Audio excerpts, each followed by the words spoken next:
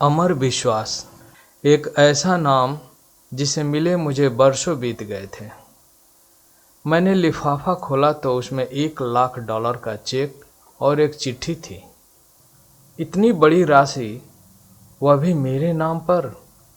मैंने जल्दी से चिट्ठी खोली और एक सांस में सारा पत्र पढ़ डाला। पत्र किसी परी की कहानी की तरह मुझे अचंभित कर गया।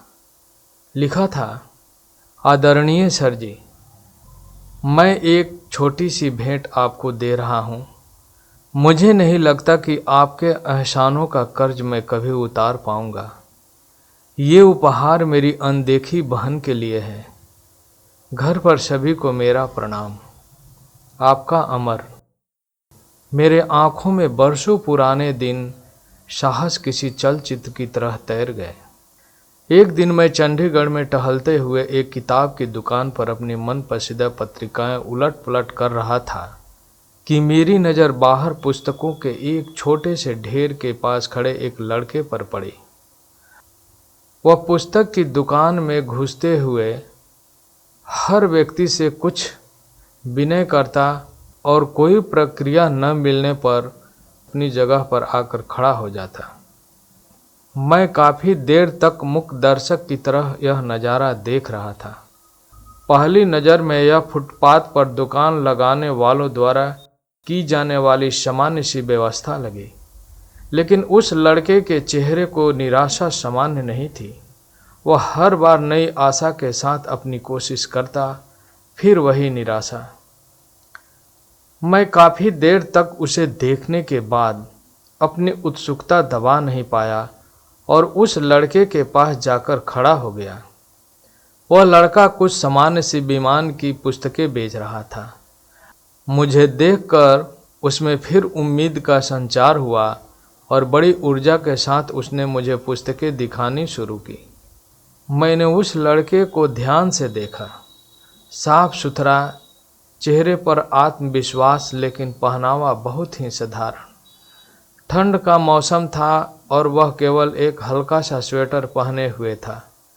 पुस्तकें मेरे किसी काम के नहीं थी, फिर भी मैंने जैसे किसी सम्मोहन में बंद कर उसे पूछा, बच्चे, ये सारी पुस्तकें कितने की है? आप कितना दे सकते हैं सर? अरे कुछ तुमने सोचा तो होगा। आप जो दे देंगे। तुम्हें कितना चाहिए? उस लड़के ने अब यह समझना शुरू कर दिया कि मैं अपना समय उसके साथ गुजार रहा हूँ। 5,000 रुपया, वह लड़का कुछ कड़वाहट से बोला। इन पुस्तकों का कोई 500 भी दे दे तो बहुत है। मैं उसे दुखी नहीं करना चाहता था, फिर भी अन्यायस मुँह से निकल गया। अब उस लड़के का चेहरा देखने लायक था, जैसे ढेर सारी निराशा किसी ने उसके चेहरे पर उड़ेल दी हो। मुझे अब अपने कहे पर पछतावा हुआ। मैंने अपना एक हाथ उसके कंधे पर रखा और उसे संभवतः भरे शब्द में फिर पूछा, देखो बेटे, मुझे तुम पुस्तक बेचने वाले तो नहीं लगते। क्या बात है? साफ साफ बताओ कि क्या ज़रूरत है? वह लड़का तब जैसे फूट पड़ा। शायद काफ़ी समय निराश का उतार चढ़ाव अब उसके बर्दाश्त से बाहर था। सर, मैं 10+2 कर चुका हूँ। मेरे पिता एक छोटे से रेस्तरां में काम करते हैं। मेरा मेडिकल में चयन हो चुका है। अब उसमें प्रवेश के लिए मुझे पैसे की ज़रूरत है। कुछ तो मेरे पिताजी देने के लिए तैयार हैं, कुछ का इंतज़ाम वह अभी नहीं कर सकते। लड़के ने एक ही सांस में बड़ी अच्छी अंग्रेजी में कहा, तुम्हारा नाम क्या है? मैंने मंत्रमुग्ध होकर पूछा। अमर विश्वास। तुम विश्वास हो और दिल छोटा करते हो। कितना पैसा चाहिए? 5,000। अब की बार उसके स्वर में दीनता थी। अमर, मैं तुम्हें यह रकम दे दूंगा तो क्या तुम मुझे वापस कर पाओगे? इन पुस्तकों की इतनी कीमत तो है नहीं। इस बार मैंने थोड़ा हंस कर पूछा, सर, आपने ही तो कहा कि मैं विश्वास हूँ। आप मुझ पर विश्वास कर सकते हैं। मैं पिछले 4 दिनों से यहाँ आता हूँ। आप पहले आदमी हैं जिसने इतना पूछा। अगर पैसे का इंतज़ाम नहीं हो पाया तो मैं भी आपको किसी होटल में कप प्लेट धोता हुआ मिलूंगा। उसके स्वर में अपने भविष्य के डूबने की आशंका थी। उसके स्वर में न जाने क्या बात थी जो मेरे जोहन में उसके लिए सहयोग की भावना तैरने लगी। मस्तिष्क उसे एक जालसाज से ज़्यादा कुछ मानने को तैयार नहीं था, जबकि दिल में उसकी बातों को स्वीकार करने का स्वर उठने लगा था। आखिर में दिल जीत गया। मैंने अपने पर्स से 5,000 रुपये निकाले, जिन्हें मैं शेयर मार्केट में निवेश करने की सोच रहा था। उसे पकड़ा दिया। वैसे इतने रुपए तो मेरे लिए भी मायने रखते थे, लेकिन न जाने किस मोह ने मुझसे वह पैसे निकलवा लिए। देखो बेटे, मैं नहीं जानता कि तुम्हारी बातों में, तुम्हारी इच्छा शक्ति में कितना दम है, लेकिन मेरा दिल कहता है कि तुम्हारी मदद करनी चाहिए, इसीलिए कर रहा हूँ।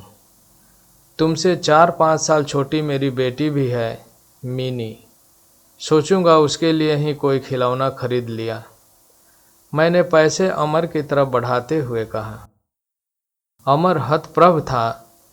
शायद उसे यकीन नहीं आ रहा था। उसके आंखों में आंसू तैर आए। उसने मेरे पैर छुए तो आंखों से निकली 2 बूंदें मेरे पैरों को चूम गई। ये पुस्तक मैं आपकी गाड़ी में रख दूं? कोई ज़रूरत नहीं, इन्हें तुम अपने पास रखो। यह मेरा कार्ड है, जब भी कोई ज़रूरत हो तुम मुझे बताना। वह मूर्ति बनकर खड़ा रहा और मैंने उसका कंधा थपथपाया। कार स्टार्ट कर आगे बढ़ा दी।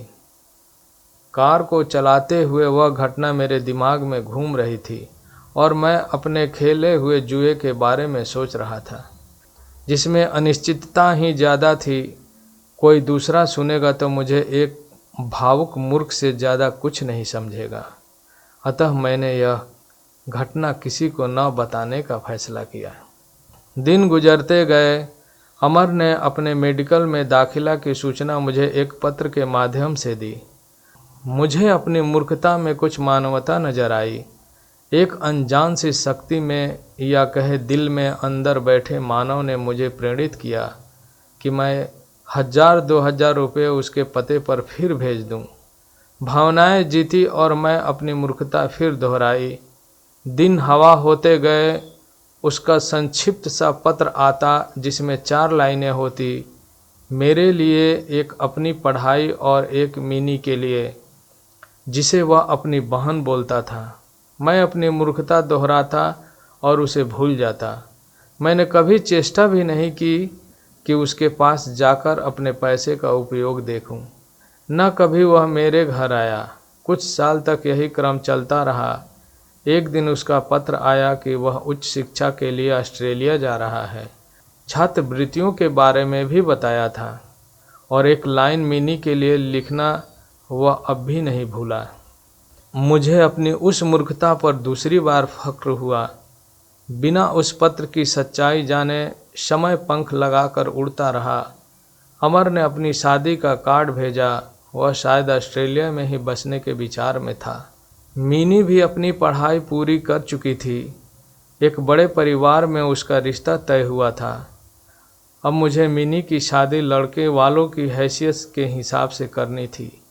एक सरकारी उपक्रम का बड़ा अफसर कागजी शेर ही होता है। शादी के प्रबंधक के लिए ढेर सारे पैसे का इंतजाम, उधेड़बुन और अब वह चेक। मैं वापस अपनी दुनिया में लौट आया।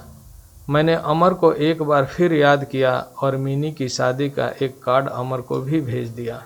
शादी की गहमा गहमी चल रही थी। मैं और मेरी पत्नी व्यवस्थाओं में व्यस्त थे और मीनी अपनी सहेलियों में। एक बड़ी सी कार पोर्च में आकर रुकी। ड्राइवर ने गाड़ी का गेट खोला तो उस शख्स के साथ उसकी पत्नी, जिसकी गोद में एक बच्चा था, भी गाड़ी से बाहर निकले। मैंने अपने दरवाजे पर जाकर खड़ा हुआ तो लगा कि इस व्यक्ति को पहले भी कहीं देखा है। उसने आकर मेरे और मेरी पत्नी के पैर छुए। सर, मैं अमर। वह बड़ी श्रद्धा से बोला। मेरी पत्नी अचंभित से देख रही थी।